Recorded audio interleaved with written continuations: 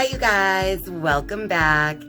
And of course, if you are new to this channel, welcome. My name is Tracy Erickson, and in this video, I'm going to tell you guys how you can use books for divination. So stay tuned.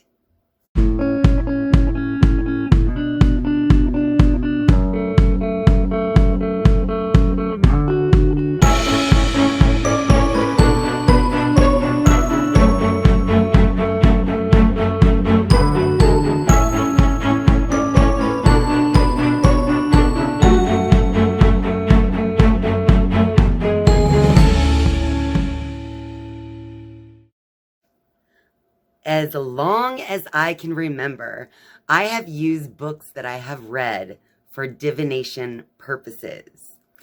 Now, I might be a little behind in the game here, but just last night, I found out that there's an actual word for that. And that word is bibliomancy. Wait, bibliomancy. Yeah, bibliomancy. I think that's how you say it. Correct me if I'm wrong. So, bibliomancy is actually an ancient art of divination through divining with books. It is so interesting to me that this is actually an ancient practice because I always did this on my own, and for some reason it always works so well for me. This is literally my absolute favorite form of divination. So I decided that now that I know there's a word for it and that this is an ancient practice, that people have actually been doing this for thousands of years, I thought that was the coolest thing. So I decided to create this video to share with you guys the art of divination using books, otherwise known as bibliomancy. Bibliomancy. The most common book that I use in my divining with books is, of course, the Bible. And my second favorite book to use is the Bhagavad Gita. So you may get the point that generally the best divination comes from spiritual and religious texts, of course, because that is the word of spirit in manifest. So the best books to use would be some type of spiritual or religious text. But don't be afraid if you don't have any of those books, because this certainly does work, even with any other book that you've read. For instance, there was one time I actually found it in my journal where I used a dictionary for bibliomancy.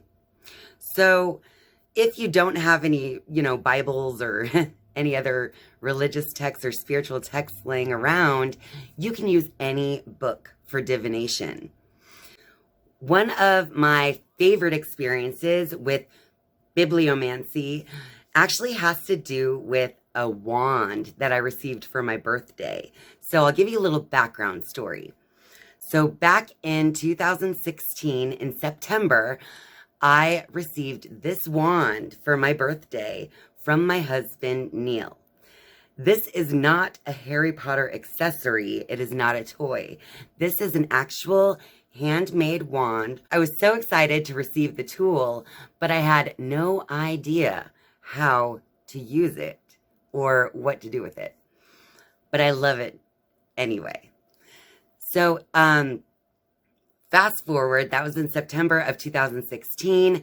So fast forward to March of 2017, and I'm still so intrigued with this wand, but can barely find any information about how to actually use it. And so I've just, been slowly teaching myself through my own experiences and intuition and things like that. So one day in March of 2017, after I had received this wand for my birthday, I decided to use bibliomancy to see if Jesus ever spoke of wands. And I wanted to know because Jesus is my favorite teacher.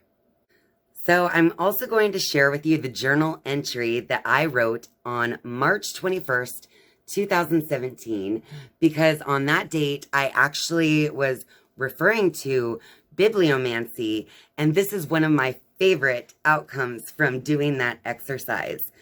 So let me share that with you now. So March 21st, 2017, I wrote, "In the evening, while taking a bath, I got out my book, Aquarian Gospel of Jesus the Christ. Just before opening it, I thought to myself, how cool it would be if I could hear about Jesus and a wand. Sure enough, when I randomly opened the book to read, I opened to a page where Jesus is explaining a dream he had where everything he touched with a wand that he held in his hand turned into living things. After Jesus described his dream, his grandmother said that the wand was truth, and Jesus will breathe new life into the world through truth." That was pretty awesome. So that was my journal entry, March 21st, 2017. So that was just an example of how I used bibliomancy for the specific topic of a wand and Jesus the Christ, using this book, the Aquarian Gospel, and I read it all the time. Honestly, when I thought that to myself, it would be cool to hear Jesus speak about a wand, I honestly had no idea that I would literally get a passage about him dreaming of using a wand and touching things and bringing them to life. So then I kind of gained a little bit more wisdom about my wand, and that is that the wand can represent truth, and truth brings life. But anyway, that's enough about the wand. If you would like me to make a whole video about wands, then let me know in the comment section down below. But for now, back to the bibliomancy. So besides that very specific experience of Jesus and the wand, I use bibliomancy all the time, just for, advice or direction of where to go.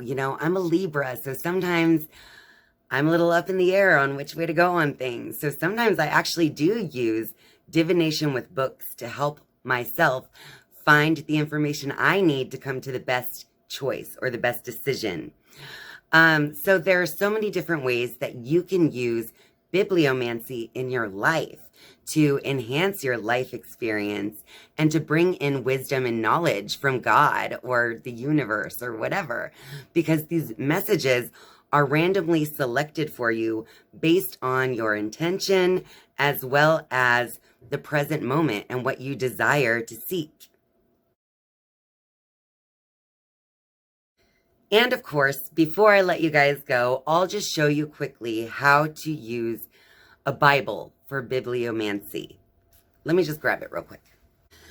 So I have my Bible, and all you have to do to make this work is if you have a question in mind or a topic in mind, simply close your eyes, hold your book,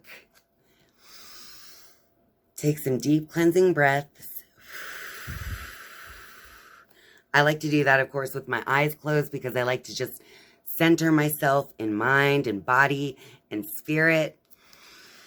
After you've taken some deep breaths, you can also expand your light. I love doing that every time. And then simply close your eyes, open the book, take your finger and stop it where you see fit. And it says here, "Let your acquaintances be many, but one in 1,000 your confidant." That's where I landed today for you guys. So maybe someone out there needed to hear, "Let your acquaintances be many, but one in 1,000 your confidant." So that is literally how bibliomancy works. It is so easy. It is so much fun. And it always gives me great insights. And it always surprises me and makes me so excited that it actually works, which I don't know why I get excited every time, because I literally use this practice almost daily, but it is just so much fun. So if you've never tried using books for divination, I suggest that you try it today. Well, that about wraps it up for this video. So if you like this video, be sure to click that like button and share this video with all your friends out there. And of course, if you're a viewer but not yet a subscriber, I would love for you to click subscribe down below. And then once you've subscribed, be sure to click the bell so that you can get notifications each and every time that I upload a new video.